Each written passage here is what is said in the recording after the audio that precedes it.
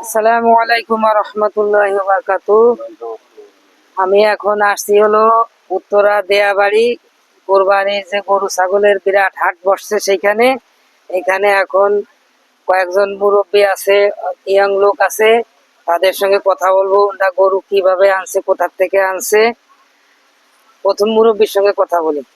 কেমন আছেন? আল্লাহ ভালো রেখেছে। আপনি কেমন আছেন? আলহামদুলিল্লাহ, আল্লাহ ভালো রাখছে।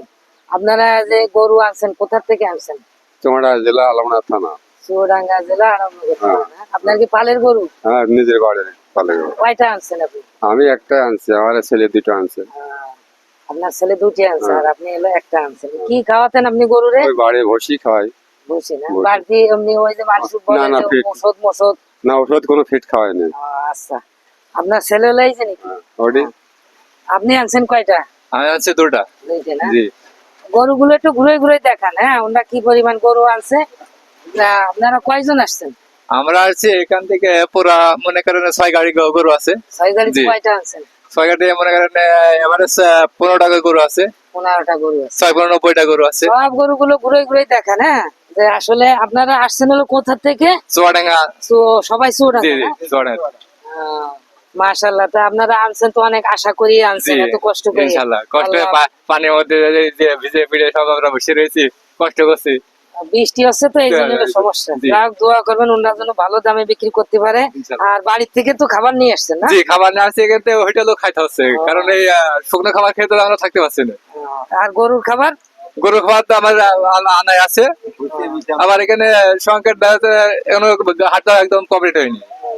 না, হাট তো এখনো ভালো করে মিলে নাই। কমপ্লিট হয়নি। আর বৃষ্টি হচ্ছে তো। জি।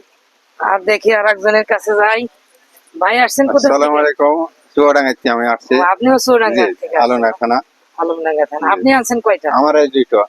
দুইটা। আপনি দুইটি আনছেন, ওই ভাই দুইটা আর মুরব্বী আনছে একটা। জি, জি। আপনারা সব একই গ্রামে? সব এক গ্রামে সব।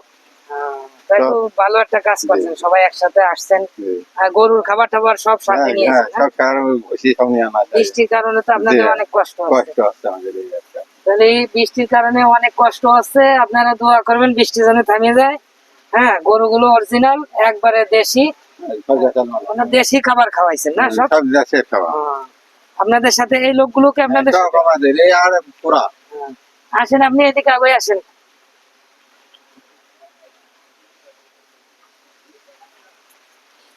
আপনার নাম কি? মোহাম্মদ রুবেল মিয়া। মোহাম্মদ রুবেল মিয়া। আপনি আনছেন কয়টা? আমি আনছি দুইটা। দুইটা না? হ্যাঁ। যাক, এখন তো আসছেন ঢাকা শহর অনেক আশা করিয়ে।